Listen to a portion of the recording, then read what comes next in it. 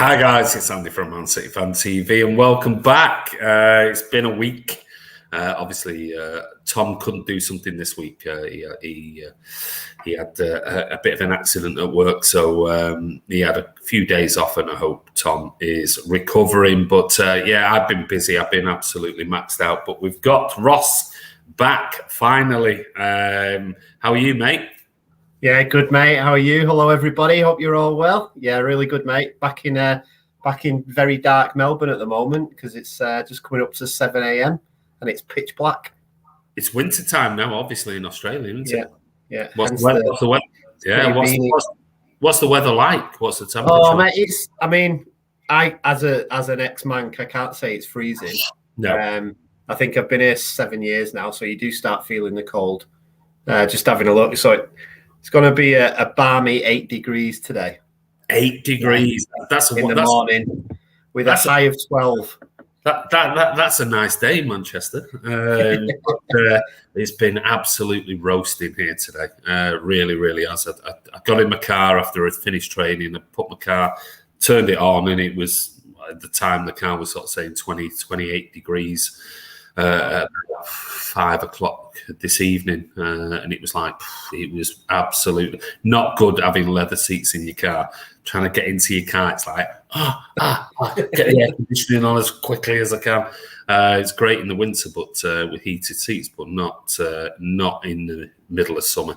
So it's been really balmy. So how's things been? It's been a couple of weeks now, a few weeks since you've been back out of quarantine. I think back to Melbourne. So yeah, it's been great to be back, especially with the missus and the little one. And Charlie's like just absolutely smashing it. Pajama day at daycare yesterday, so he went in his city pajamas, which so we're keeping that going. It's been we've just gone into another lockdown in Melbourne. So a snap lockdown because we had 9 cases. So we've got in a 5-day full lockdown. We're allowed out of the house for an hour to go shopping and then an hour to exercise, and we're only allowed 5Ks from home. So can't go to work, got to work from home, got to wear a mask on the street.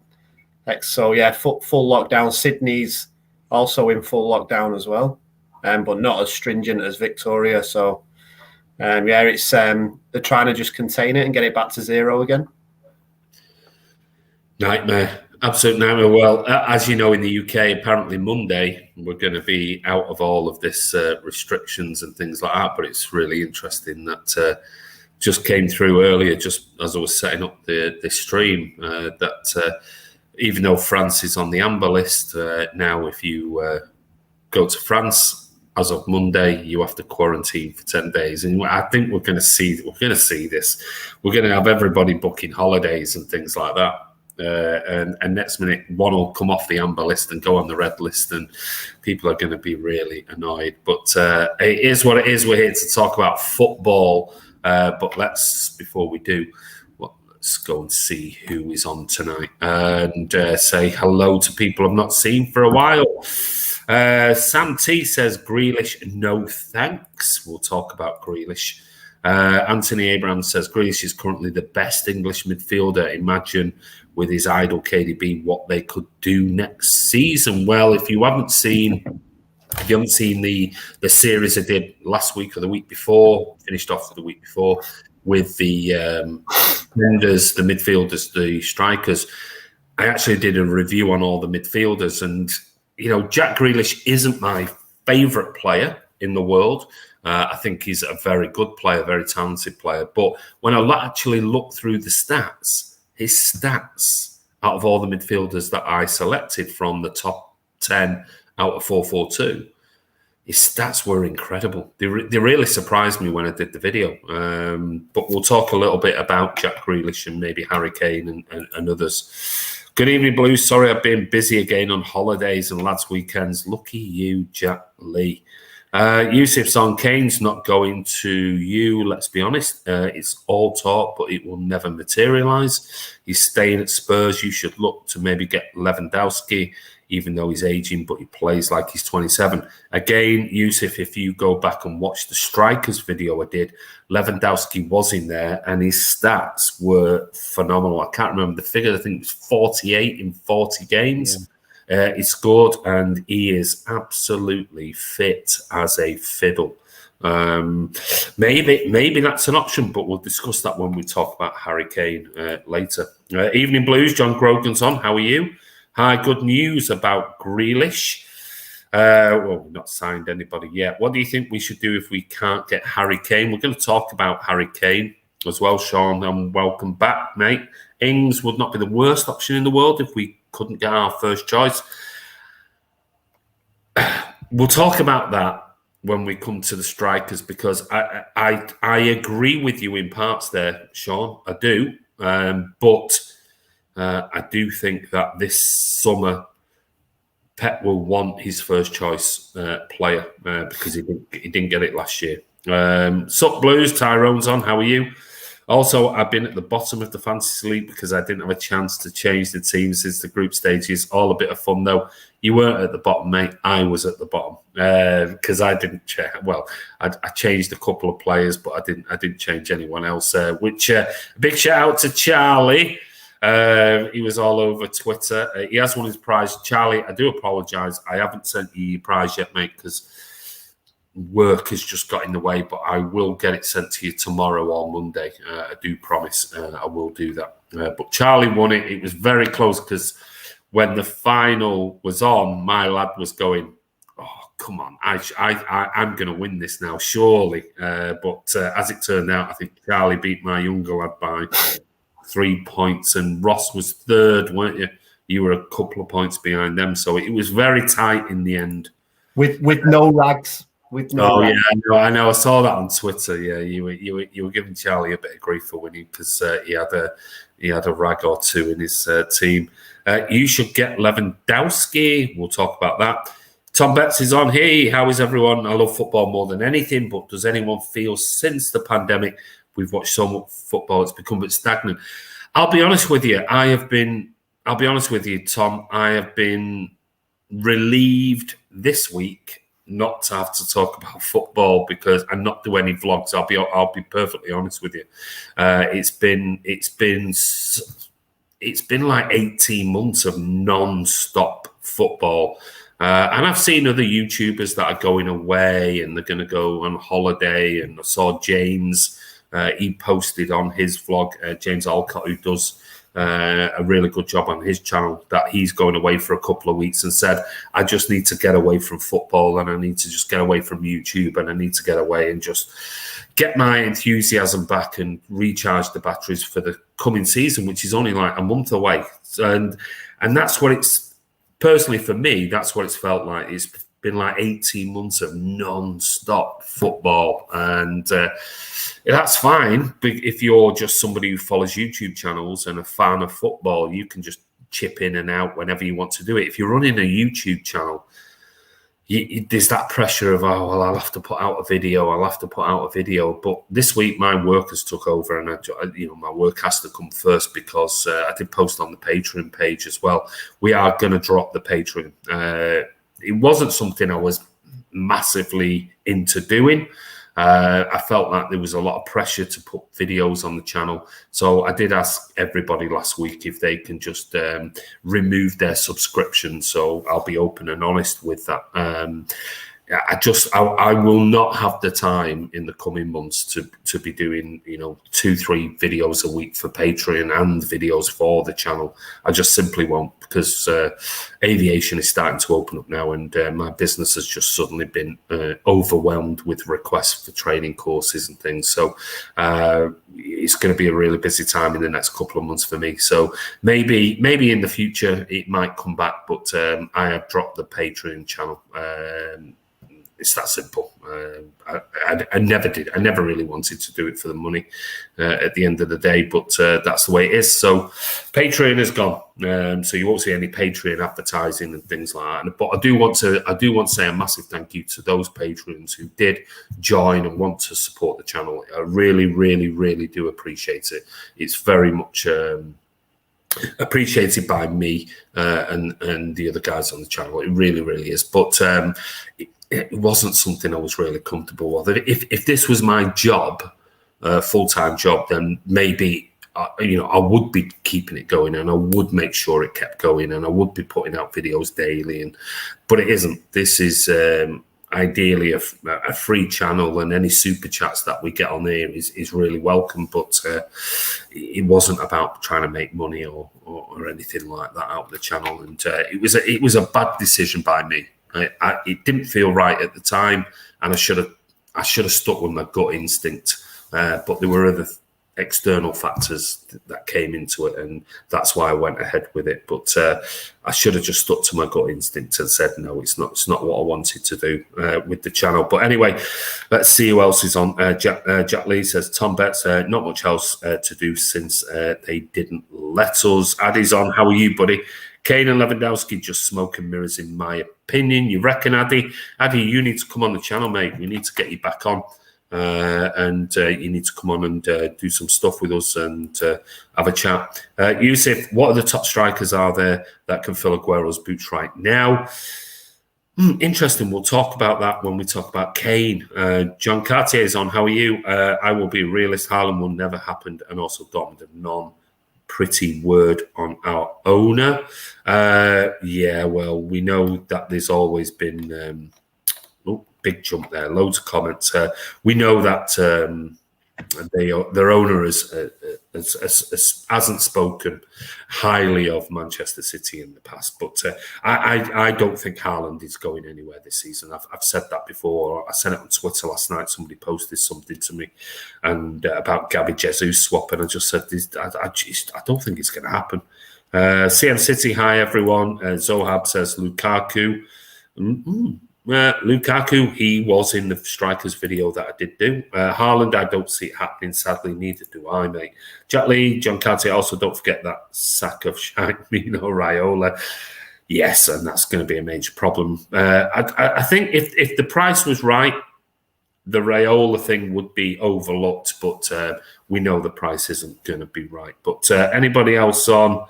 We've got Jama Winguna. Man City need strikers who can press in on 90 minutes, better finishing the Gabby, and creative to find space on 10 centre-backs while opponents park the bus. Yeah, I pretty much agree with your sentiments there. Dudley's on. How are you doing, mate? Ross says, cheers, Jack. Tyrone, wear a mask in the street. That's taking the piss literally. Maybe. Andy, do you have a season ticket? No, I don't, mate. I can't get a season ticket purely because, one, I am a season ticket now for a number of years.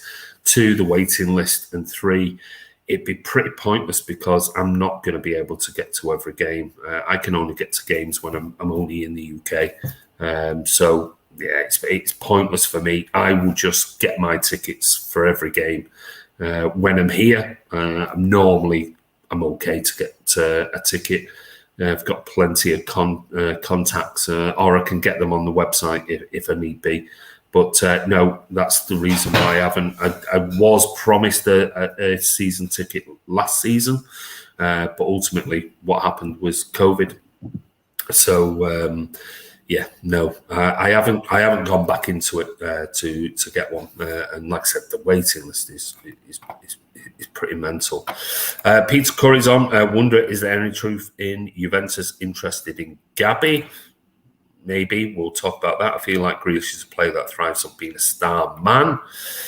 He won't be a star man at City. I feel like Danny Ings is underrated. He's actually very good. A couple of people are saying that. Zagon, hello everyone. How are you, Zagon? Hope you're well.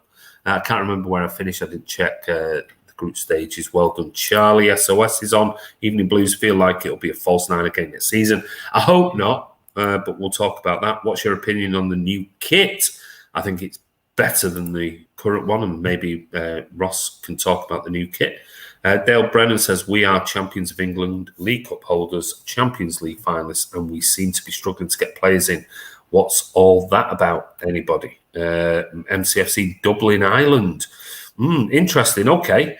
Well, before we talk about the Euros very, very quickly, because that was last week, that question there, Ross, have you got a reply to Dale's question there with regards to we're the champions of England, League Cup holders, Champions League finalists, and we seem to be struggling to get players in?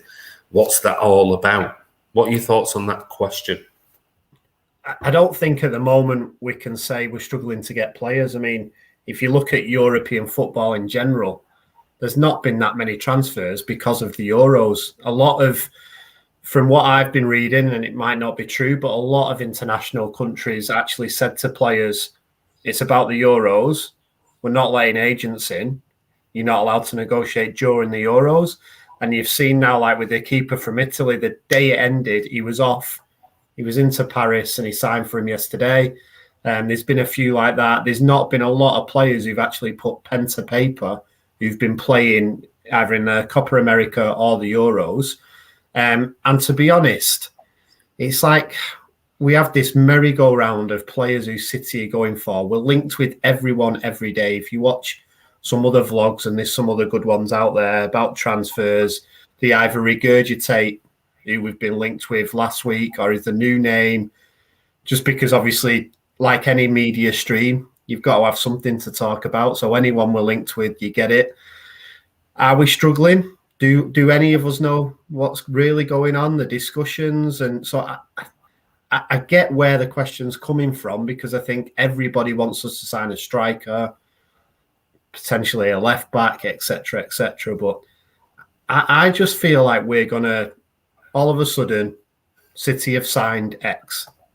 I think it's going to be one of them. I think Pep knows who he wants. He's told him. He's gone on his holidays. He's like, right, here's my list. Probably similar like with Diaz. He wasn't our first choice, but Pep said, 1, 2, 3, get me one of them. I'm out of it. And well, with the Diaz thing, we don't really know. There was the rumours that came on social media about Koulibaly offer and things.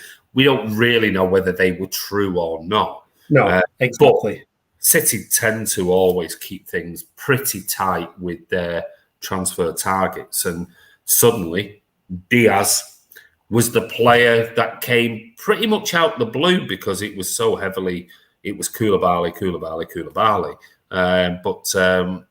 So maybe I do believe there's been obviously talks have happened with so-called players, but that might just be with the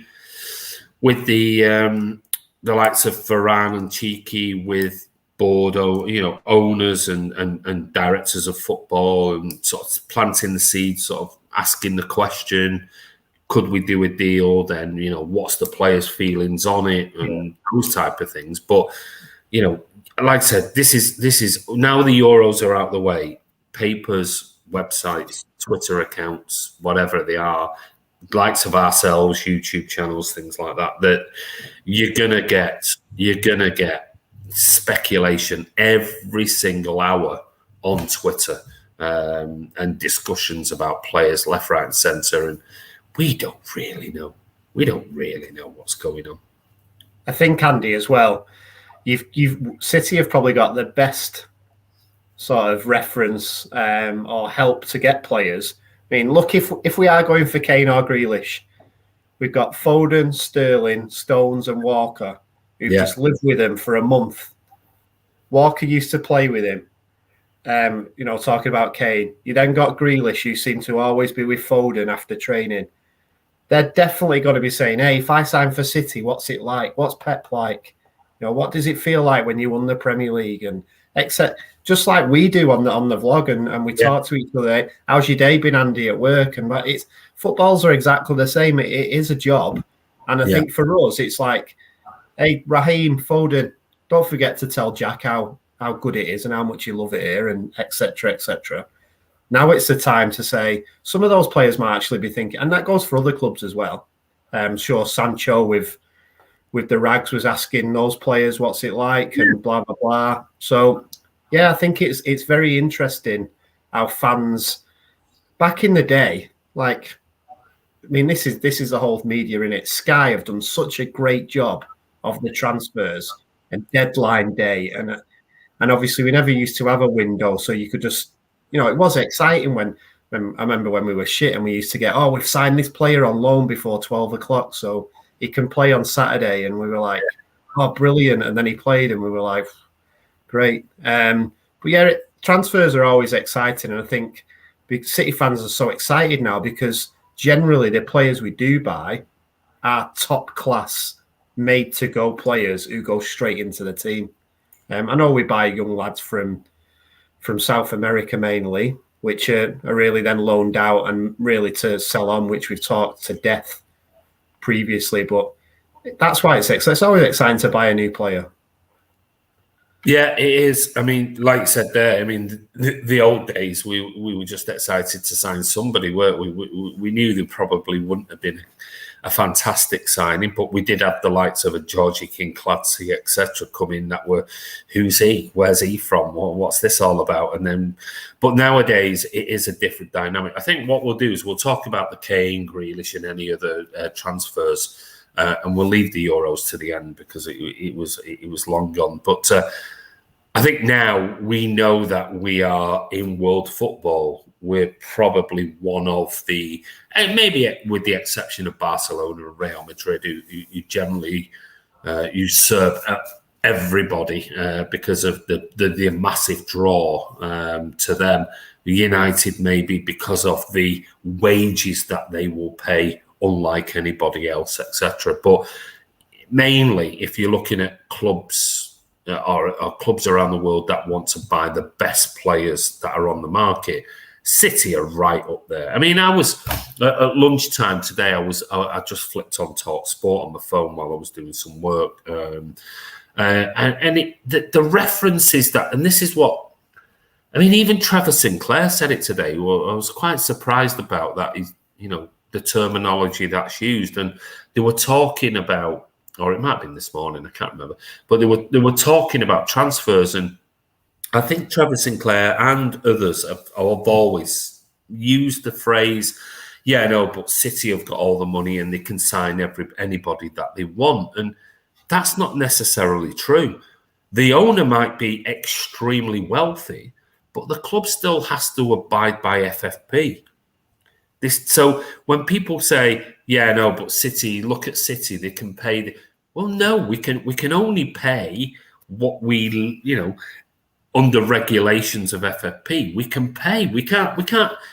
If Raiola said Haaland is £600 million, City can't go out and spend £600 million tomorrow, even if it's amortised over 5 years or 6 years. They can't go and spend that money because we wouldn't then abide by FFP rules. So this whole phraseology that gets used that, well, City can go out and if they want to spend 200 million on Kane, or they want to go and spend another 250 million on Haaland, and they've got the money.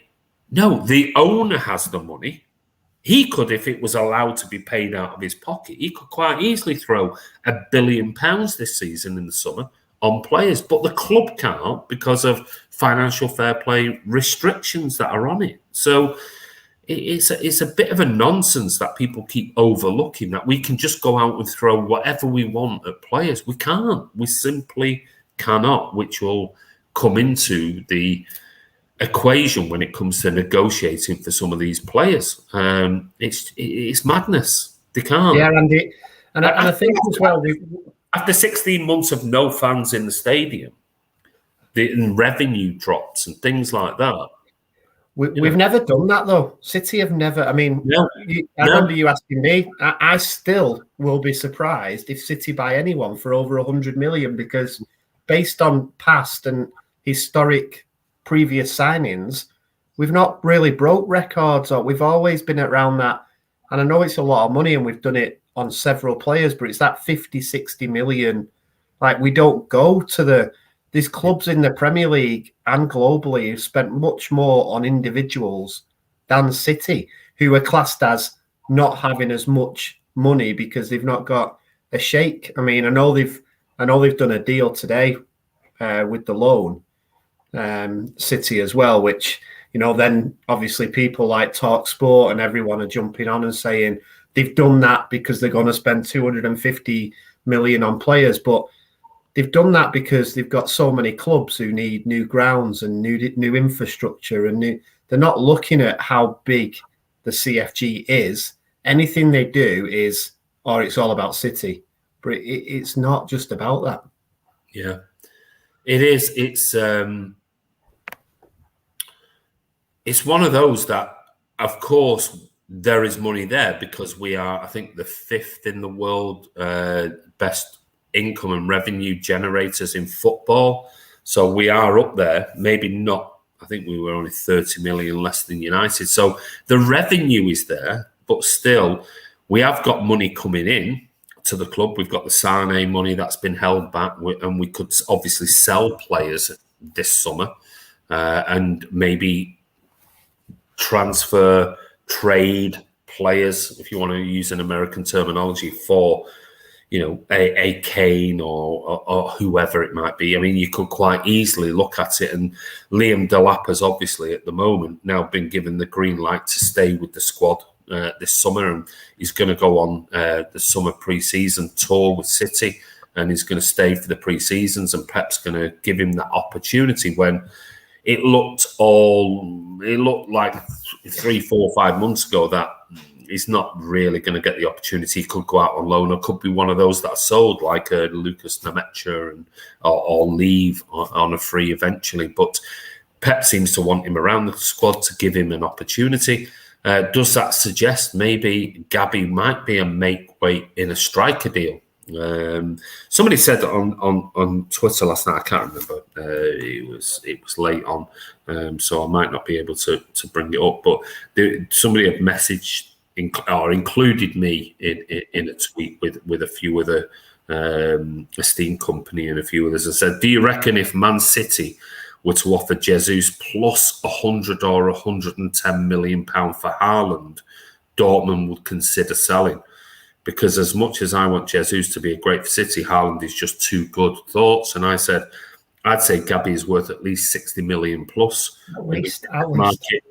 Not sure Haaland is worth 160 million plus in the current market. Plus, Dortmund are adamant that Haaland ain't going anywhere after selling. So, can't see many teams spending that type of money this summer on one player. And he came back with, he's called Charlie Dixon 123.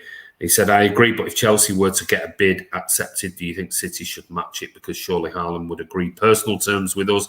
Pretty straightforward because of his connections." And I thought, I'm not sure it's that straightforward with Haaland and his connections. I really don't think this. Obviously, his dad played for us for a few seasons, but I don't think there's that real connection with City. I'll be honest with you. He might have been pictured in a City kit.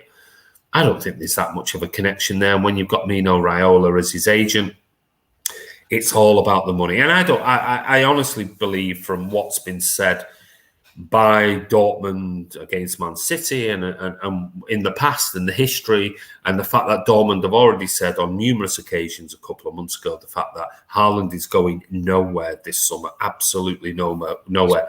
They've sold Sancho for 73 million, so they don't need the money. Even if he has a release clause next year of, well, you know, he'll have a year left, about 70 million or 75 million, whatever it is. I don't think that they're that bothered about it personally, but I don't know what your thoughts. Well, fans cling to this. They wore a City top. I mean, Harry Kane has got pictures in Arsenal kits. Yeah. Steven Gerrard and Jamie Carragher and Robbie Fowler were all Everton fans. Like, Lee Dixon's a City fan. Like, we need to just park that. Like, kids actually now globally as well wear so many football shirts that if you're ever just going to link that back, you can make it play whatever you play.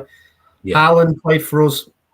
I wouldn't say, why would Haaland be connected with anyone really at the club other than he's a former player? I would have thought probably Leeds. Leeds more connected to than Manchester City. Yeah, so I think, and obviously, I think whatever his connection is, because of who his agent is, blows that connection away. So I'm my answer, if someone asked me the same question as you, Andy, is pretty similar. There is no way I would be putting a player in. So if he is worth 160, 180 in the current market, then that means every other transfer fee is inflated. So Gabby, based on, and obviously I'm a Gabby. I said not a Gabby fan, but I appreciate what Gabby does as a number two striker. Yeah, his value must be in excess of 60 million in the current market if he's worth, because he's been there and done it as well. So I'm not spending 200 million on and losing a player, and then no, I wouldn't battle Chelsea out for a bidding war. Let him go there. He's a good player. I don't think City do that though, do they? You look at Alexis Sanchez. What happened with that? What's it called? Jorginho. What happened with him? I don't think City. I don't think it's ever been City's model to do that. I don't think they'll have a figure in mind. They might go a little bit above it, but I don't think they'll get into a bidding war with another club. We've seen it too many times with the likes. Sanchez's wages demand went up, and they pulled out of that, and the rumours about Jorginho and everything else. And I think it's a sensible move, and you've got to. They know what they're doing. They might make the odd boo here and there, but overall, they'll have their targets in mind with regards to it. Let's just go back and just see who's on. Andy Blue Moon's on. Hi guys, hope you're all safe and well. Believe Kane alternative is 6'2" in Darwin Núñez, Benfica, probably our price range. Oh, is that type of football we're going to play to a big striker? I'm not too sure, but maybe. Welcome to the Any Optimism is Bad segment. Well, I don't know what that means. Haaland is a beast. Whoever gets him will win the league. Yeah, well, maybe Barcelona next year or Real Madrid next year, maybe, or even City next year, because I can't see anybody spending 180, 190, 200 million pounds or euros on Haaland. I just can't see it. And like I said, Dortmund have said he's going nowhere this year. Good morning, Julio. How are you? Tim Smith says no way he's worth 180 mil. Sorry, but don't rate him much. His stats are pretty impressive. Ronnie, hello. Sanchez, Berbatov, Di Maria all ended up at United for money. Yeah, exactly. And we pulled out of it. Tyrone says Jorginho, Fred, Maguire, Sanchez, Koulibaly. Yeah, there's a prime example. Like and share, please, says Tim. Thank you very much. Hope you're good, Andy. I'm very good, Charlie. How are you? As soon as it's a bidding war, City walks. I totally agree. Darwin Núñez, 6 goals in Liga NOS. Sounds like an Australian Spanish bloke. Yeah, I was going to say. Nuecha is signed for Wolfsburg for £11 million. We'll have money coming in because there'll be, I think, before the end of the summer, I think we'll see a number of players leaving City for small fees, but sell-on clauses and things like that. Haaland Chelsea could happen because Alfie Inge played for Chelsea. Got to go now. No problem. Thanks, Tim. Take care, mate. Charlie says, good, mate. Just on the way home from Cornwall. Lucky you. I hope you had a good time in Cornwall. Bye all and be safe.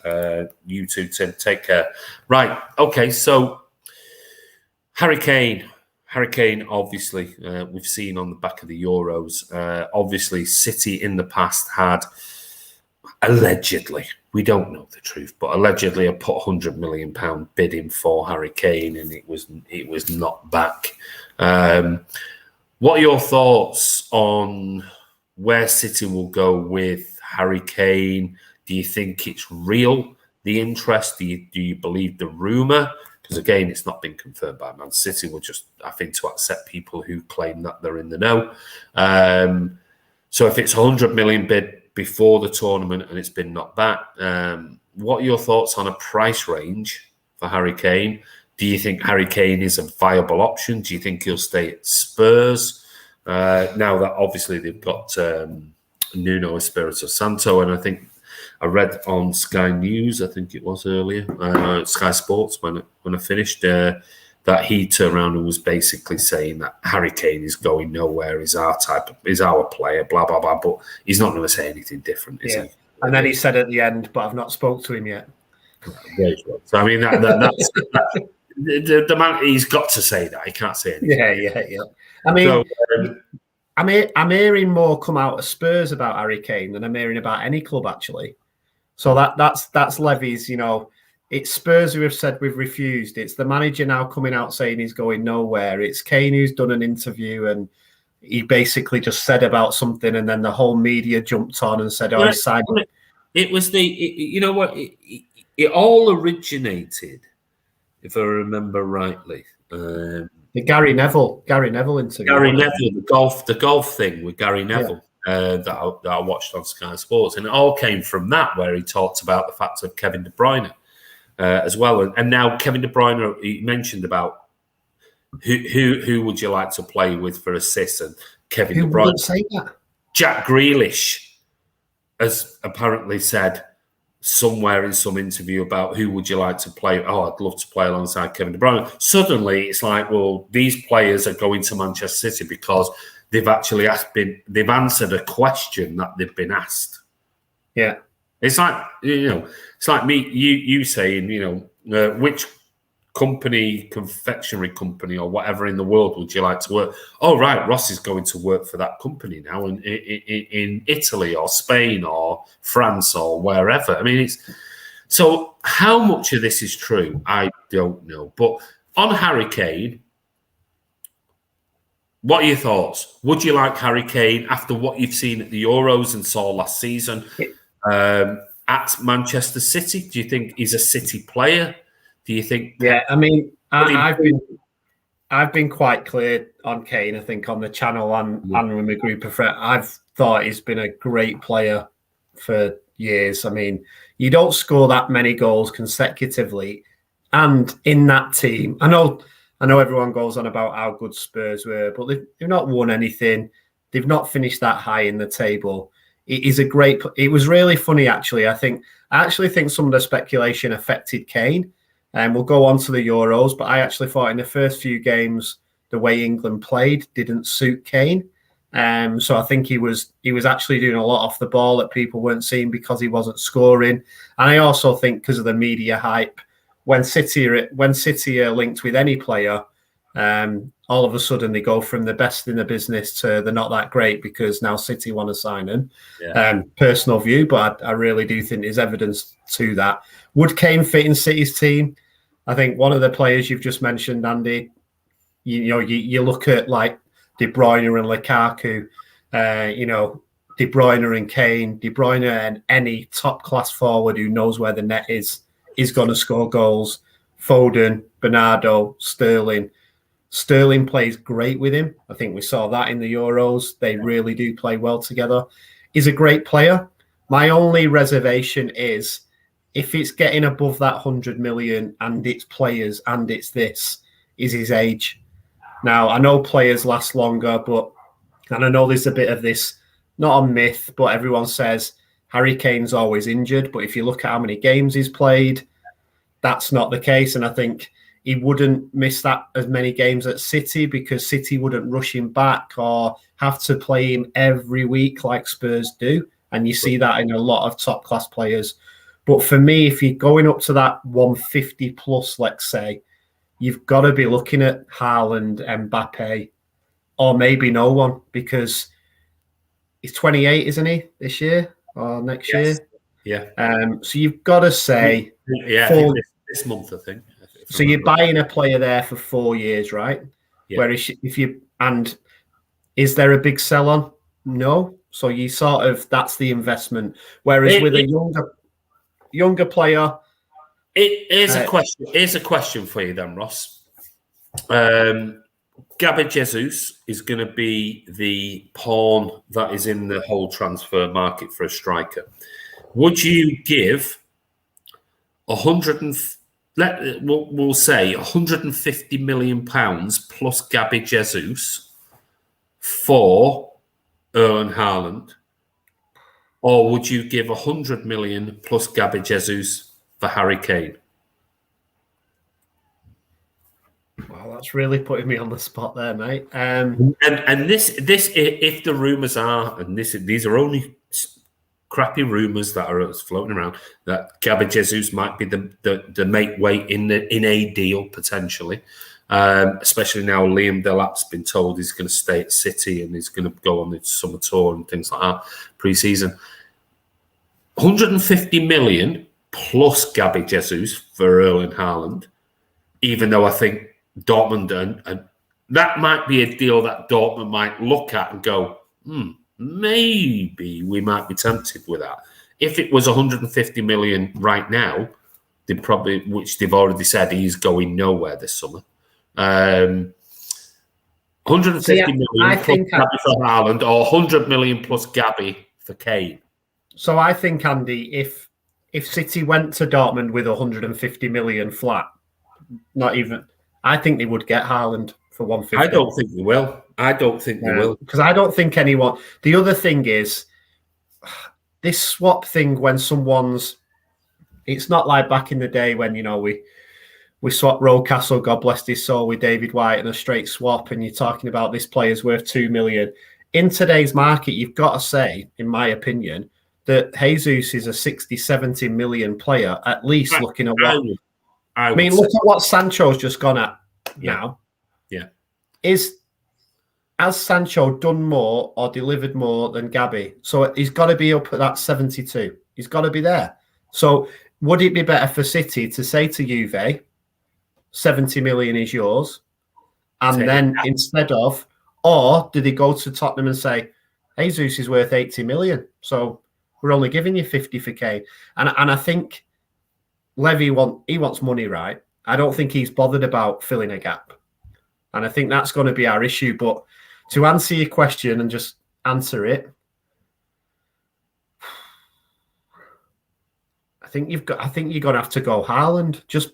And the only reason why I go that way, and I love Harry Kane to the point of even the missus watching the Euros said, I didn't realise how much of a fan of Harry Kane you are. And I was like, yeah. And I think because of age is the only reason why I'm spending 50 million more on Haaland. Yeah. That because I just can't. It's 170 for 4. I know players play longer, but I'm looking at 32 as an age. There's no sell-on fee. There's 4 years. Whereas Haaland is... If it was cash, if it was a cash deal, how much do you honestly think Harry Kane is worth cash?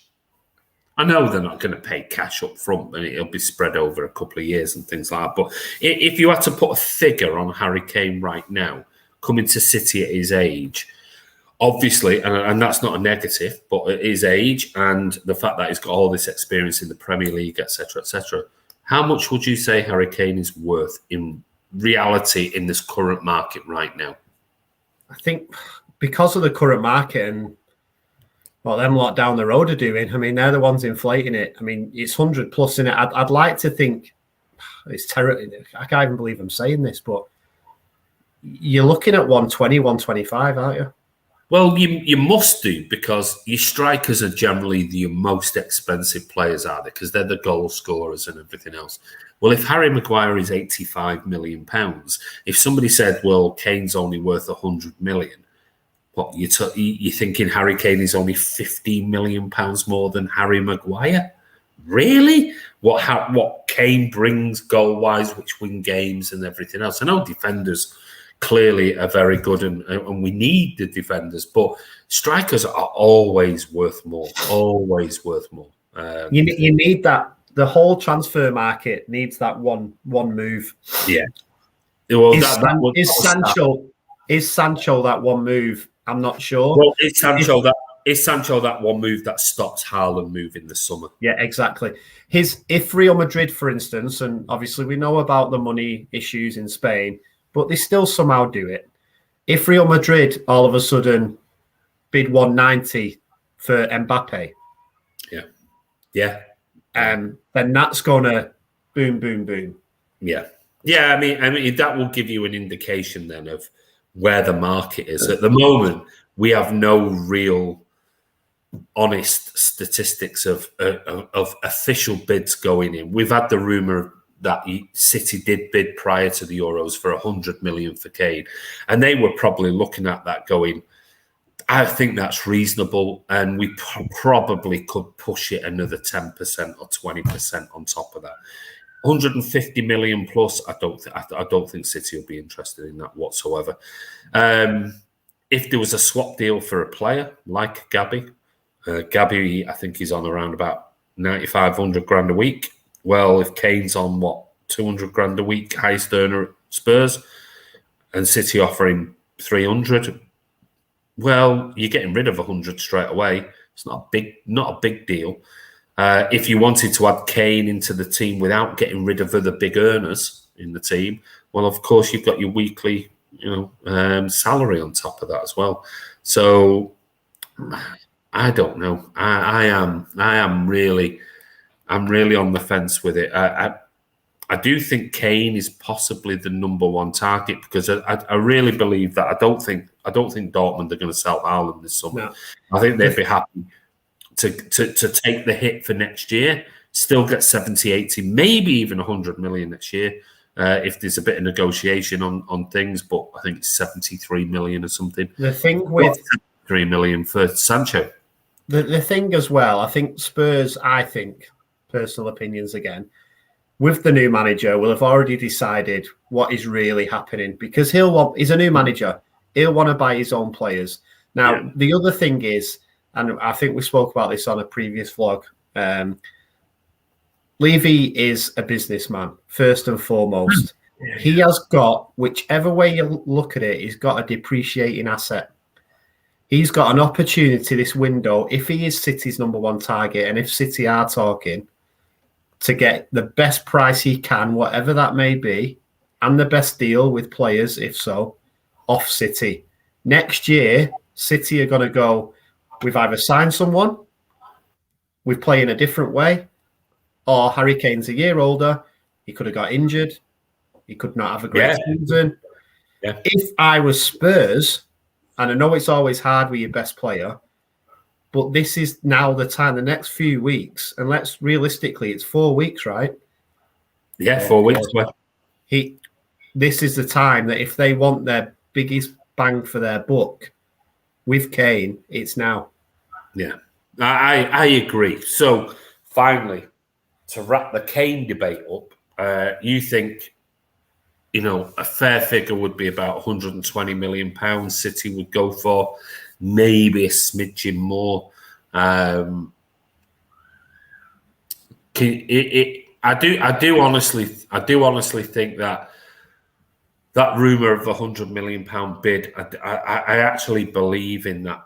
I do think there was something in it, whether it was 100 million or maybe a bit more. I'm not sure. I don't know, because we weren't on the inside. But I do believe that Pep wants Harry Kane. I think the Mino Raiola thing really puts City off. And they're going to want massive, massive money for Haaland. And I think the fact that they've sold Sancho, 73 million quid, it's in the bank. We're happy to wait till next year, because if we win the Bundesliga with Haaland in our team this year, that loss of an extra year will be recouped and everything else. So Dortmund are notoriously, I don't think they have a good relationship with Man City as it stands at the moment. I'll be honest with you, if we wanted to put a bid in for anyone from Dortmund, it'd be Jude Bellingham. Yeah, I was just going to say the same thing. That's the player I'd put a bid in for, and God knows what he'd be valued at. But he is young, and anyway, that's Harry Kane. I'll ask you the question, a simple yes or no. Will Harry Kane come into Manchester City this summer? I'm going to say no. Just a gut feeling. Why? What do you think it'll be? The fact that they've got Nuno Espirito Santo in there, and he might give him another year, or do you think it'll be City won't pay the money to Levy? Yeah, it's a real 50-50. I can see it happening, but I'm going to say no because I just think with the way that guy runs Spurs, City will not be entertaining a bidding war. They'll go in, like you, Andy, if City have bid 100 million, I think a little bit either way or a player is their only thing. And I think the way City work is this going to work? If not, see you later. Yeah. Because you only have that short space of time, like in any business. Well, 4 weeks to the start of the season. Yeah. They can't spend all the time working on Harry Kane and then be like, he's gone here, we've missed out. Yeah. I think we've done that. We've done that on a few players in the past, haven't we? And it's all been a bit. I think last summer, I think we wanted a strike. I don't know who the striker was, but I think we wanted a striker last season, and it obviously didn't happen.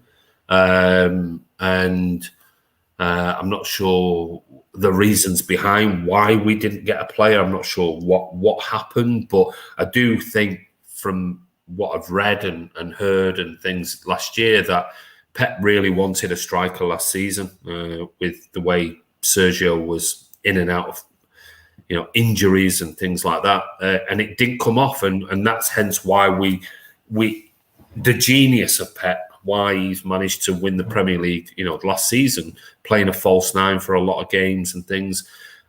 I think if he wants a striker this season, the likes of Cheeky and Ferran have to step up and I'm saying if he wants a striker, I don't know. These are only the rumours about Harry Kane and Haaland and everything else. But if he wants a striker and he didn't get one last season, then they'll have to make sure they step up. And I think the turning point for me was City, where I think they believe they got a bit burned just going for one player, and it hurt us that year, was Robin van Persie.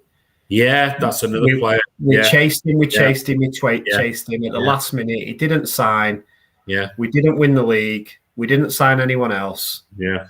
And I think after that, they said, right, we're not doing that again. Yeah. Well, you've got, I think Messi signed a new 5 year deal. 5 years at Barcelona.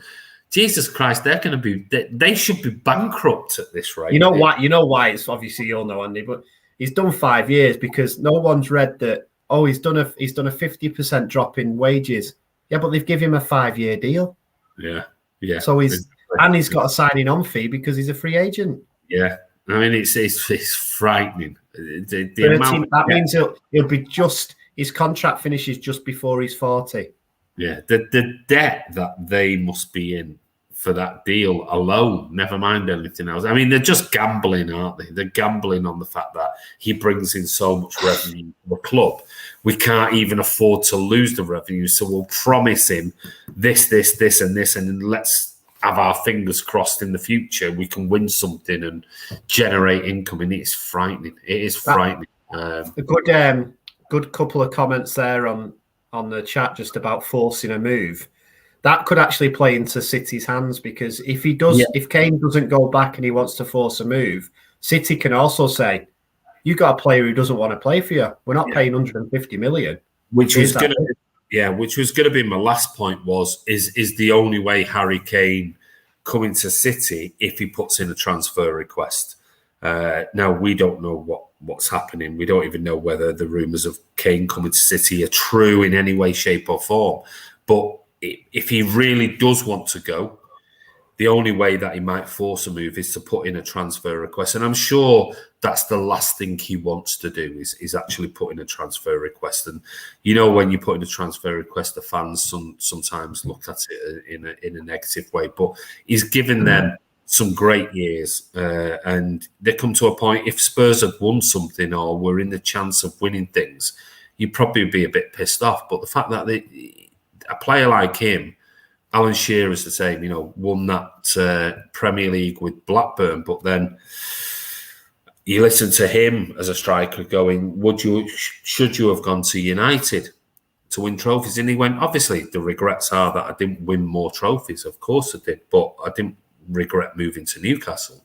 I simply didn't. So the pull of staying at Spurs is one thing, but Anyway, that's Harry Kane. We run over a bit there. Rumours said Pep wants Kane last summer, but he threw in the bin because Messi wants to come in. I mean, like I said, I'm sure Pep last summer was determined to sign a striker last year. It didn't turn out as it should have done. Hence why this season we played so much of the season, or last season now, with a false nine. I'm sure he definitely wanted a striker last season, without a shadow of a doubt. Apparently they're doing a Griezmann and Sol swap deal so they can get the wage bill off. Barca just paying the same money over 5 years. It's a massive amount of money. Jack Grealish coming, but I'm not sure about Kane. You reckon leg and sweet? Griezmann makes £800,000 a week. It's just madness. Griezmann's always been a player that I thought he played well in the Euros on certain games, but I've never been a massive fan of him. But anyway, we're sort of running out of time. So what we're going to do is quickly talk about Jack Grealish. Jack Grealish, what are your thoughts on Jack Grealish? Because that's the other player that all the rumours have been. He's interested. His agents have spoke to City and blah de blah de blah. What are your thoughts on Jack Grealish? I like Jack. I think he's a good player. I think a couple of comments are right from the guys on the chat. He is the star of Villa at the moment, and he definitely won't be that at City. However, I just think he's one of those players. He looks, I'm going to say, he looks like a footballer. And I think City, actually, with where they're going in the model, like that as well, because they can see the aspect that brings. I mean, obviously, I'd say he's the most loved English player in the squad. But as soon as he signs for City, that will disappear. If he does sign for City. #haircut. The guy's got amazing calves. I mean, they are unbelievable. He should be doing the Tour de France with those. But I just think Pep would relish a player like Grealish. And I think as well, for every England fan and for the FA, it would be absolutely amazing if Grealish and Foden, week in, week out, were playing in the same team. I mean, that would be... we might touch on the Euros later on, but that was my probably biggest disappointment in the Euros, that those two didn't play every game when they could do together. But I'm a big fan of him, and I think Pep will get hold of him and absolutely he'll just take him up a notch. And I think, he's a Jack the lad and all this, but I think he's settled down a bit. He's done, I think since he had that thing at the start of COVID, he's settled down, and I think he knows. Rumour has it he's on 120 grand a week. So, they probably wouldn't have to pay him that much more because you're playing for City, you're winning things. They're going to give him 150, 160 or something a week. And it's going to be the transfer fee, right?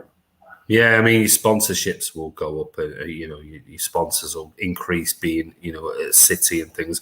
Kensa said, I would take or leave Kane. I'd burst the bank for Grealish, an absolute world star under Pep's tutelage. Grealish, says David Sutton, is a City-type player. He will have us Blues off our seats. When Grealish signs, #calves. Hamza says Grealish would bring good vibes to the dressing room too. Jay says, I think Jack Grealish will be one of the best players in the world under our team and under Pep. You reckon? I mean, he's an exciting player. There's no doubt about it.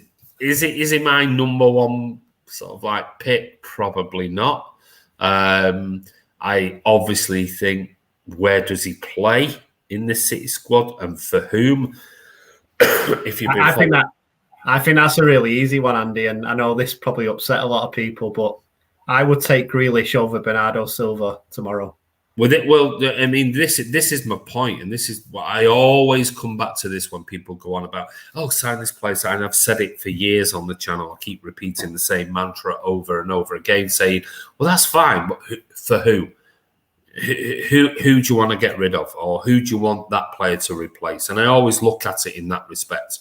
And yeah, I would say if you're looking at anybody, you're looking at Bernardo potentially out or on the bench for Jack Grealish. But then Bernardo Silva hasn't been playing regularly.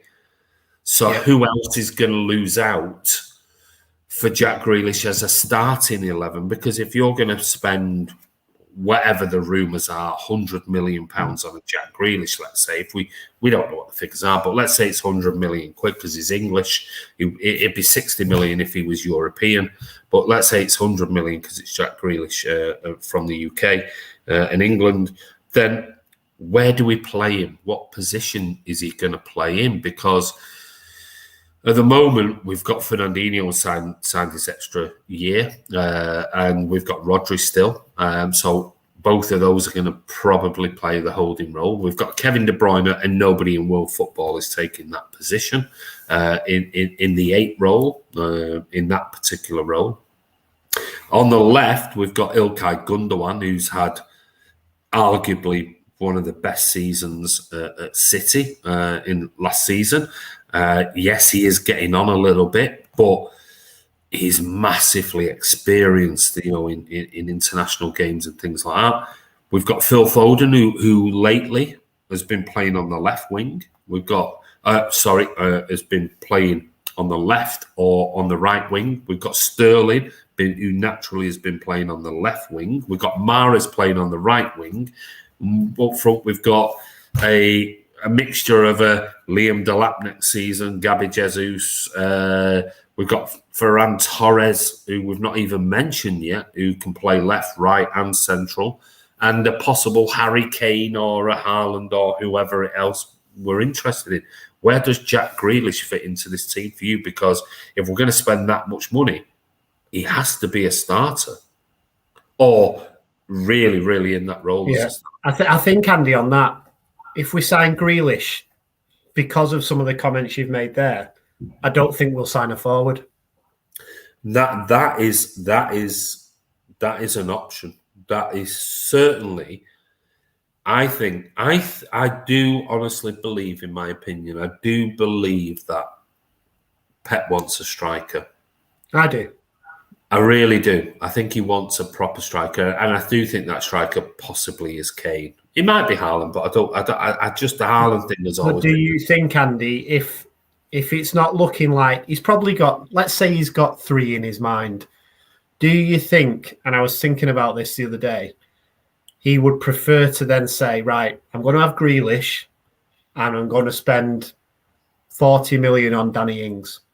Yeah. I mean, in the striker video that I did, when I went through the list of the top 10 strikers in according to 442 in world football, I omitted the likes of a Cavani because he won't come to City. Andre Silva's stats were phenomenal. I think it was 32 goals in 38 games or something like that in all competitions.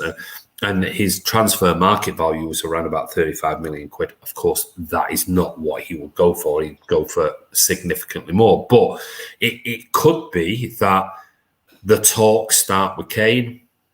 If there are talks with Kane, and City say, look, I'll be honest with you, Harry, we are not going to pay any more than this. So you are either going to have to put in a transfer request, and that is the maximum we'll go to, or we'll pull out and we'll look for somebody else. It's that simple. So you've got to remember that Harry Kane, if he's going to move, he needs to make a big move this season, because next season, last chance. It's his real last big chance, because he could get injured. And if he signs a 5-year contract with City on 250, 300 grand a week, well, that's him set up for life. I know he's already rich. And it is crazy though, Andy, because Andre Silva, great point and great stats, and he's gone, hasn't he, for under 30 million, I think it was, to Red Bull. Under 30, it's like, and I think that's the we don't know. We're not in the know, and we don't run football clubs. But I always find it really interesting when you see players like that move, and you're thinking, why did we not spend 30 million there? He would have come to City. Like, we've got the pulling power now. We win things. Yeah, but it's one of them things we'll never know. We'll never know. No, we don't know, and we don't know. I mean, maybe they've been looking at him for 12 months and think, this is a one-off season, and he's not that great technically, or it's not this. And that's why I put him in the video, just purely on the stats thing, because he was cheap, And I thought he would have gone for a lot more than that, but guaranteed, if it was City, it would have been double. Having Grealish, De Bruyne, and Foden. I mean, that excites me. That excites me. It does. It does me. But as far, like I said, my question before we sort of wrap up and quickly talk about England, Hamza saying that he went to Leipzig for 23 million. We've just been talking about that, Hamza. It was the video that I did on strikers for the series. I was talking through all the strikers at the time when I made the video a few weeks ago. And his stats were exceptional, but Lewandowski's stats were phenomenal. If you go back, Hamza, and watch the strikers video on the series, you'll see I went through all the stats and everything, and Lewandowski's stats were absolutely incredible. See, that's another one for me, Andy, because like you're saying on your video as well, and I think he broke every Bundesliga record last year, and I was actually listening to a podcast about him, about his fitness and how he's really. If you're saying to me there, would you? Because you're going to get him cheap, actually. You probably have to pay about 40 million quid or something like that. Would you spend 40 million? Let's use your number on 2 years of Lewandowski. I would bite your hand off. Or 40 million on Danny Ings. It's Lewandowski, in it. I mean, that's what we're talking about. Whether Bayern would deal with City on that respect, I don't know. But I mean, I think around about 40 million, 50 million. I think because Lewandowski's so fit. I mean, his body fat is phenomenal. He's like Cavani. His body fat is absolutely minuscule. Yeah. It really is. I know everyone laughs at me for this, but I mentioned the two players, and Ings was one of them. If you can't get a forward and you want a forward as a stopgap, and you're going to pay no more than 35, 40 million, and it's a Premier League forward, I would have no qualms or be upset if in a City shirt next year we had Danny Ings or Jamie Vardy. Both those players would score a ton of goals in the City team. Whether you like it or not, as a stopgap, other than them two, I'm really struggling to say who in the Premier League. You just stuttered a bit there. I don't think. I don't know whether it's me or you, but well, probably Aussie internet, mate. But am I back? Maybe come off and go back on. Come off and go back on. Yeah, there you go. He was just a bit stuttery there, so we'll bring you back on. But yeah, I mean, you guys, we talked about Harry Kane and Lewandowski and the money that's going to be involved. I mean, God knows. I mean, Lewandowski, I think he's still got 18 months or so on his contract. So I don't think it's a given that we would get him for 40 million or something like that. It could be. Is he back? There you go. You back? Am I back? There you go. Yeah, I was just saying that I think Lewandowski's still got 18 months or so on his contract. So yeah, I don't think it's a given we would get him really cheap or something like that. And he'd obviously command some big wages. But for a couple of years, I mean, the guy's an absolute out-and-out goal scorer. He's a great player. Depends on what the model is that City want. But I agree with you, Jack Grealish. I think, to have De Bruyne, Foden, and Grealish in well, they wouldn't be in the midfield three unless you play a 1 and a 3, because obviously we'd have Rodri or Fernandinho. But to have those three in there with a Sterling and a Mahrez and a false nine, or even a Liam Delap or a Gabby Jesus, or however he wants to mix up that midfield in a 1-3-2 or whatever he wants to play it. I think would be really exciting. So I'm going to ask you the question: will City sign A, Harry Kane, B, Jack Grealish, or C, both of them, or D, none of them? I'm going to say A, Kane, B, Grealish, C, both of them, D, none of them. I'm going to go for it. I'm going to put it out there, a bit of positive mental attitude. I'm going to say they're going to sign both of them.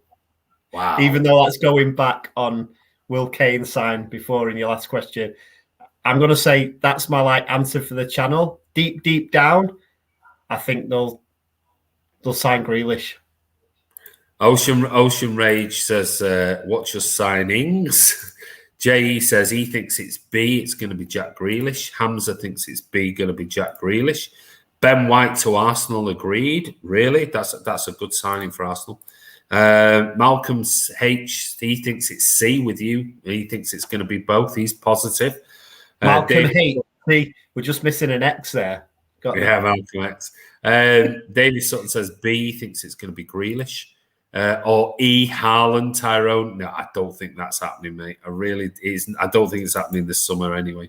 Sean thinks it's with you. He thinks it's going to be both. Can Kane perform in the finals? Listen, it's not necessarily about finals. It's about how he'll perform for Man City in the Premier League, and his Premier League record is pretty impressive. He'll score goals. He'll score goals wherever he goes. You think Spurs have finished notoriously 4th, 5th, 6th, 7th, etc. over the years while he's been at Spurs? You imagine him playing with a Phil Foden, a Kevin De Bruyne. I mean, Kevin De Bruyne with his crossing, you know what Kane's heading's like. I mean, Jesus, it gives us another option of hitting somebody for headers, because, I mean, we've always been lacking in people who can head a ball. Listen, there's no doubt in it. I know he's getting on a bit. I wish he was 25, 26, and I would be more positive about getting Harry Kane. But yeah, he's still a great. I mean, look at those 2 goals he scored and that third strike, that volley. I mean, it was right out the top drawer. I mean, that save from the keeper, for the hat trick was incredible. Me, yeah. Sign me. I win you the treble. Yeah, I bet you will. Right, that's it. So, as it stands, Ross thinks we're going to get both Kane and Grealish. Even though 10 minutes ago I said we're not going to sign Kane. Yeah, I know. It's a tough one. Who knows? We don't know what's going on. But I do think that Pep definitely wants a striker. I'm convinced after he wanted one last year, it didn't happen. This year, I don't think he'll want to go another year with a false 9. If he got Grealish, though, you made a good point, Ross. If he got Grealish, maybe or if Kane goes, I'm committing to Spurs and that's it, he might go all in for Grealish and maybe sign somebody like a Danny Ings and go, that'll do us. We've got plenty. Nobody else is going out. We're keeping the players we've got. We've got Bernardo Silva. We've got Mahrez. We've got Sterling. We've got Grealish now. We've got Phil Foden. We've got Ferran Torres and Gabby Jesus and Danny Ings. I mean, listen, that will definitely strengthen the squad compared to Sergio Aguero not being in the team for most of the year last year, and yet we still won the league. So, I don't know. Yeah, and I think as well, I mean, I've heard a big rumour that they're really interested in the left-back from Fulham, which won't cost a lot of money. And, also it looks like Mendy potentially may go. So, again, that's going to strengthen the team. We'll wait and see. I mean, listen, City have probably got, out of the whole squad plus youth academy players, we've probably got 10 players at least we could sell. And if you're selling 7 squad players, as in academy players and things like that, for 2, 3, 5 million, suddenly, you're in the region of like 20, 30 million quid that you've got. If you want to swap a player like a Ben Mendy, you'll probably get 20 million quid on top of that. So suddenly we've got 40 million coming in for Leroy Sané into this year. Before you know it, we've got nearly 100 million quid. What a shame it is about him. Leroy Sané, just touching on him, looks a shadow of a player. It is, but it was always going to be. I said it when it happened. There's so many. He's got such talent, but I think the fact of when he married that older woman and the whole thing with his family. There was obviously off-field issues with agents and things like that, and his wife became his agent and all sorts of things. And he's a young kid. He's still got years ahead of him, and let's hope that maybe the Jack Grealish thing, he's done some stupid things in the past, and he can suddenly switch it around. And maybe he's now he's 23 now or something. Maybe in the next year or two, he can switch his mentality around. And he can kick on, and he can become and fulfil the potential he had, because he was a sensational player at City for 18 months. He was absolutely incredible. So let's hope he does turn it around. I really do. Is he 25? Kenster said. Is he really 25? Really? God, I didn't know that. What was he? 21? Yeah, he might actually. Yeah, you're right. He would have been 23 when he left. Yeah, you're right. I thought he was 23 going on 24. Wow. Shows you how time flies. But anyway, finally, last couple of minutes to go.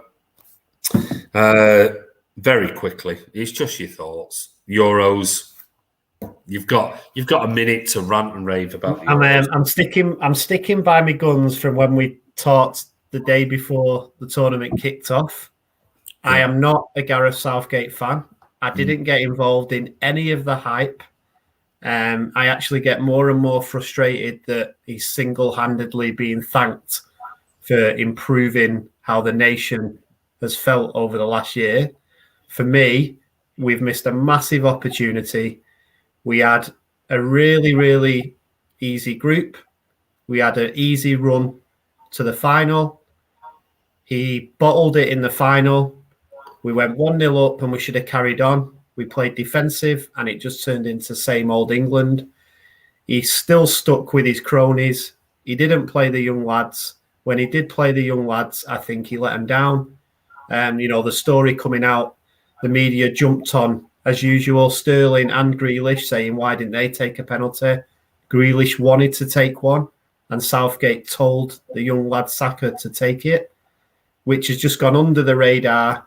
As a player, and this was probably the bit that upset me most, as a player who pretty much went on a downward spiral in his career after missing a really important penalty, but he'd had a career, to put that pressure on that 19-year-old to bring two players on for penalties who then didn't even get to kick the ball before a penalty.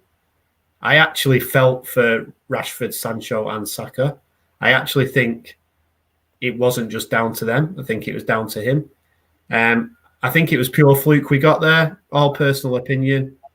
The players were so good that they carried the team and and really the performances weren't that good. We couldn't beat Scotland. The first two games were dire. And obviously the country getting to a final and the hype around it and the media, they jump on, but he's just not for me. I think if you look at what Mancini did for Italy, unbelievable. With the set of players he's got, I think there's better managers out there.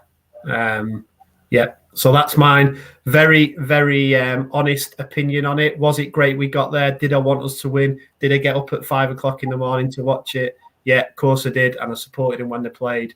But I just cannot get behind Gareth Southgate. He's not changed my mind. He's still stealing a living. Yeah, I mean, I've said it on numerous vlogs. I said it on there's certainly the stuff that I posted before the Euros and things, and during the Euros, that I think he's a tournament manager. I do think he is. He's one of those that he's got a lot of experience with the under-21s and things about guiding to get through. I do agree with you. I think we were in a very easy group. I didn't think some of the games were great that we played. It was a shame for Phil Foden getting injured. But then again, he could have played Foden more. I mean, this is not just a City anti-England, anti-Southgate thing. I thought he deserved to play a little bit more. I thought Grealish possibly deserved to play a little bit more as well. I was absolutely flabbergasted that Mason Mount got so much game time, because I thought he was probably one of our poorest players in the tournament. On that, Andy, what did Mason Mount? I mean, I was a Mason Mount fan before the tournament, and now I'm a bit like. Don't get me wrong. I think he's a very, very good player, really good player. But you know, when his mantra's always been to play players that are in form and things like that, and I can't remember one game that I thought he had a really good game today. I thought he was below average in most of the games. I think he had one game where he was probably a 6 or a 7, but I thought he was below a 6 in most of the games that he played. He just didn't bring anything to the table. And the fact that he was kept on for so long, when you had the likes of Grealish on the bench, when you had other players on the bench as well, I found it very, very strange. So, like I said, I think he's a very safe manager with the FA. I think he's a yes man. He's a yes man. I think he's a tournament manager, and he's got the fact is he's got us to a semi. He's now got us to a final. He's going nowhere. He's going nowhere.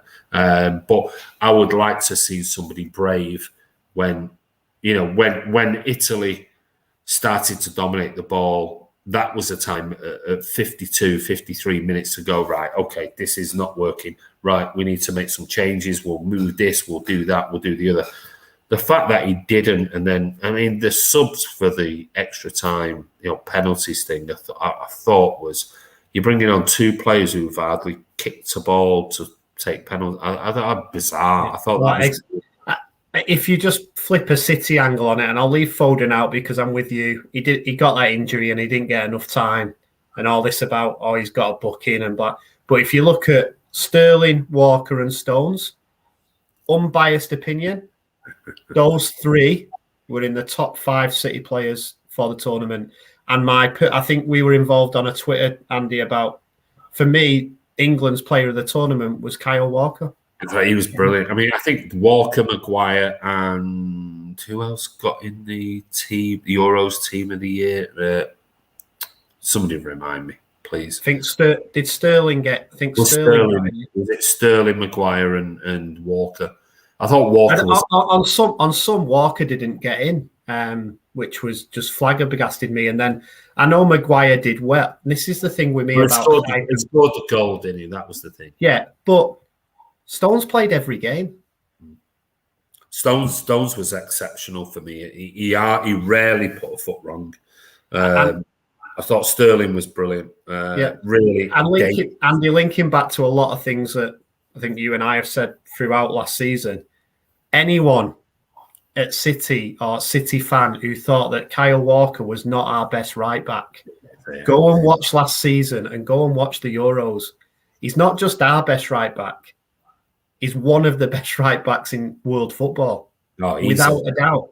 Without a doubt, he might not be the most attacking right back in the world, and there are some, like you could say Trent Alexander-Arnold, when he gets forward, his crossing is better than Kyle Walker. I totally agree with that. I never ever dispute that.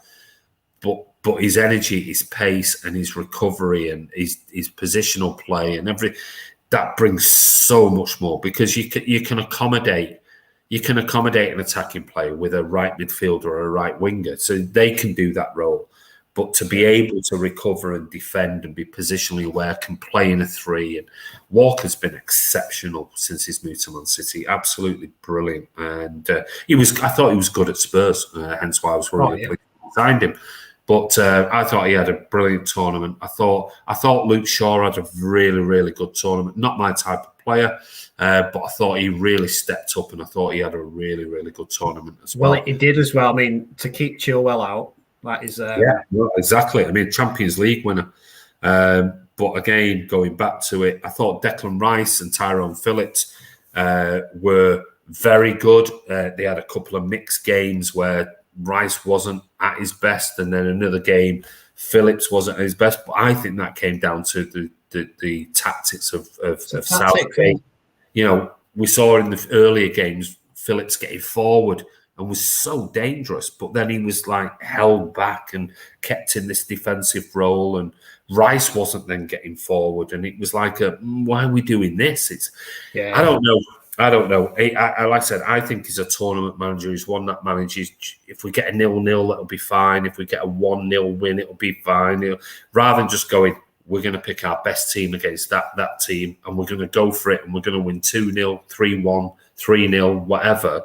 But getting to a final, it's an improvement on the last tournament, and it's going nowhere, in my opinion. But it is what it is. But anyway, it was disappointing. But we got to a final, at least. I think that's the only thing. At least we had an extra game to watch rather than last time where we got knocked out in the semis. But Sean says, I would have had Stones ahead of Maguire. Well, yeah, I thought Maguire played well. Don't get me wrong. I thought the defence were exceptional. Shaw, Stones and Walker, I thought were brilliant in the tournament. Really, really good. And I thought Pickford, from a save perspective, his kicking is awful. He's just appalling. He's absolutely. He'd be great at rugby, wouldn't he? He finds touch. But again, Andy, and I'm gonna go on Pickford's side here. Football's changed. You play out now. You don't kick long. Yeah. England still kick long. That has got to be direction from the manager. And when you think about it, you've got Luke Shaw and Maguire, where with David De Gea at the back for United, they play out from the back. And you've got John Stones and Kyle Walker, who, under Pep Guardiola, play out for the back. Every game, all the time, in training, whatever. And all of a sudden, he doesn't trust them. They don't do that. And you think, West Ham even play out from the back. So you've got everyone does that. I mean, some teams... You got Leeds. I get it. I get it when teams, because it's one of those things. It annoys me when teams who are not good enough, they should do what Pickford does.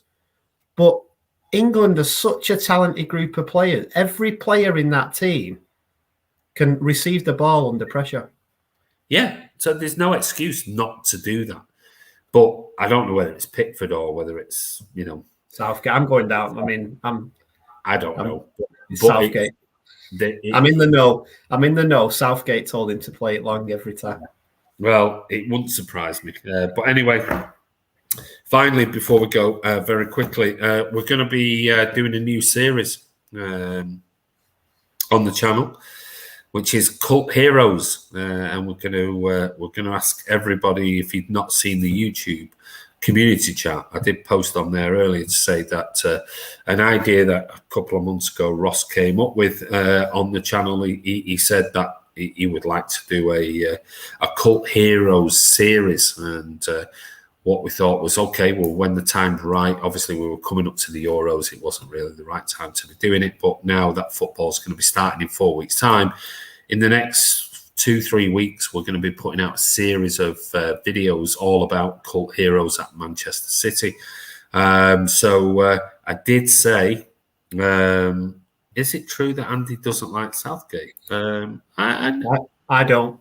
No, Ross said he didn't like him. I said he's a tournament manager.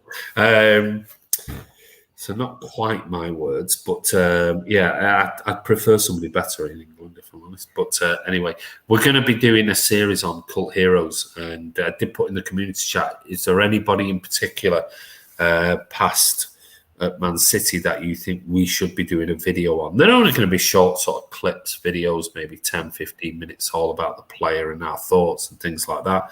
But don't forget, comment in the community chat, or you can send us an email at mcfcfantv@gmail.com. But if you go to the YouTube channel, click community, you'll see the question there. You can reply below. Somebody did post about Vincent Kompany. Well, obviously he's going to be a cult hero. He will be a player that we'll talk about. But for any of the older ones, if you want us to talk about somebody else, there you go. Kenster's on Asa Hartford. Or Willie Donachie. Maybe there'll be one or both of those we might talk about. Certainly, that is definitely my era of growing up watching Manchester City, watching Asa Hartford and Willie Donachie, two brilliant players for Manchester City. But don't forget, get your comment in below. Charlie, your prize will be on your way. Sorry, mate, I had to do an extra day's training this week, so I haven't had the chance to go to the post office. But your prize for winning the Fantasy Football League will be on its way to you. I will DM you tomorrow. I've got a question I need to ask you. But other than that, don't forget, make sure if you've got a cult hero you want us to talk about when we record it, please comment on the community chat on that particular question. We have got some other things coming in the pipeline as well in the future. But that's going to be the next series on Man City Fan TV. We're not going to, obviously, between now and the start of the season, we're not going to be doing live videos every single night. Like I said, I'm maxed out with work as well. But if there's any breaking news, there will be videos coming out. Maybe 2 or 3 per week, and little short clips about transfer news and things like that. But we're not going to be doing live videos every single night until the season starts in 4 weeks' time. But anyway, Ross, anything else? Oh, actually, that is a great shout out. That is a brilliant shout out. That is definitely going to be one of them. SOS Brian Kidd. Not just for his service to City as a backroom staff and assistant coach, but obviously his playing days at Manchester City, obviously on the other side of outside of Manchester, he played for United as well. But Brian Kidd is a very good shout out. SOS, that is definitely one we will do something on. One of my favourite players of all time, Dennis Stewart. Yeah, that's got to be one. We've also got shout outs for Richard Dunn. Joe Hart is on there as well. You love Joe Hart, don't you, Sean Fogarty? So does Sharon Latham. Go over and watch the video where she is obsessed. He's one of her best buddies, Joe Hart. So maybe I need to get Sharon Latham on. Yeah, get Sharon on to talk about Joe. About Joe Hart rather than me talk about Joe Hart. But anyway, thanks for not reading my comments. I just read your comments, didn't I? Dennis Stewart. I just said Dennis Stewart there. I think he's winding you up, Andy. There's a all right, okay. I was going to say, I have read it. We've got Ilano, Bert Troutman. I must have, there's loads. We might have to do one a week for the rest of the season. I don't think so. Bert Troutman, I think he is he in the documentary? I don't know whether he is actually Bert Troutman. But Bert Troutman, obviously, he's not in my day. But we could talk about Bert Troutman, maybe. But we're talking really in the generation. Great film for any young Blues who don't know much about him. His book is a great read because it's not just about football and it's about life and what he went through. And the film, obviously, I thought the film was quite a pretty good. Yeah, it was decent adaptation. Yeah, it was. Oh, and I'm on my own. So anyone who's not read the book, the Troutman book, biography or autobiography, really good read. And obviously the keeper, the film, is Andy on his way back. Had a few more. Thought you'd had enough there, Andy. Like, no, my mouse has a little side clicker on it, and if I click it, it's a pain. I need to get a new mouse. It clicks. It's like I want to get rid of a mixing out. Some fantastic ones coming through as well. Like Dennis really good ones. Paul Lake, yeah, definitely. My favourite player. Yeah, brilliant. Jerry Gow, well, what a player. King Clancy, yeah, again. Nicky Weaver, yeah, maybe. Okay, some good shout-outs. Kevin Harlock. Well, I'm trying to get Kevin Harlock, Jack, on the channel. He did say that he would come on. So I will get in touch with Kevin and Trevor Morley. Yeah, another great Morley. Yeah. So I'm hoping I can get Kevin Horlock on the channel for a bit of a chat for half an hour. Jolie and we've got Sean. So don't keep posting all the players that have ever played for Man City. Andy Morrison, you've seen on the channel. You've seen Spencer Pryor and the others on the channel. And obviously other players, ex-professionals, footballers from Man City we've had on the channel before. But it'd be great if we can get Kevin Horlock on. Andy Morrison's been on the channel already, SOS. So, but that doesn't mean to say we won't do a video on Andy Morrison, and maybe we could get a bit of a video clip with Andy talking about answering some questions or something we can add. But anyway, that's it. We're going. That's all about Cult Heroes, the new series that's going on Man City Fan TV. So hope you enjoy it. David Silver, I can't do it because I'd be crying. I'll be still crying. We'll just put a picture up with him for an hour, and just everyone can just look at a picture. Let's not go there. But anyway, I'm off for a run. Good luck, Tyrone. Take care, Blues. Ross, take care, buddy. And see you, mate. We've run over by half an hour, but anyway, absolutely. Cheers, fellas. Great show again. Thank you very much, JE. Don't forget, if you're not subscribed to Man City Fan TV, click the subscribe button, hit that bell icon, give it a thumbs up before you go. That'd be really appreciated.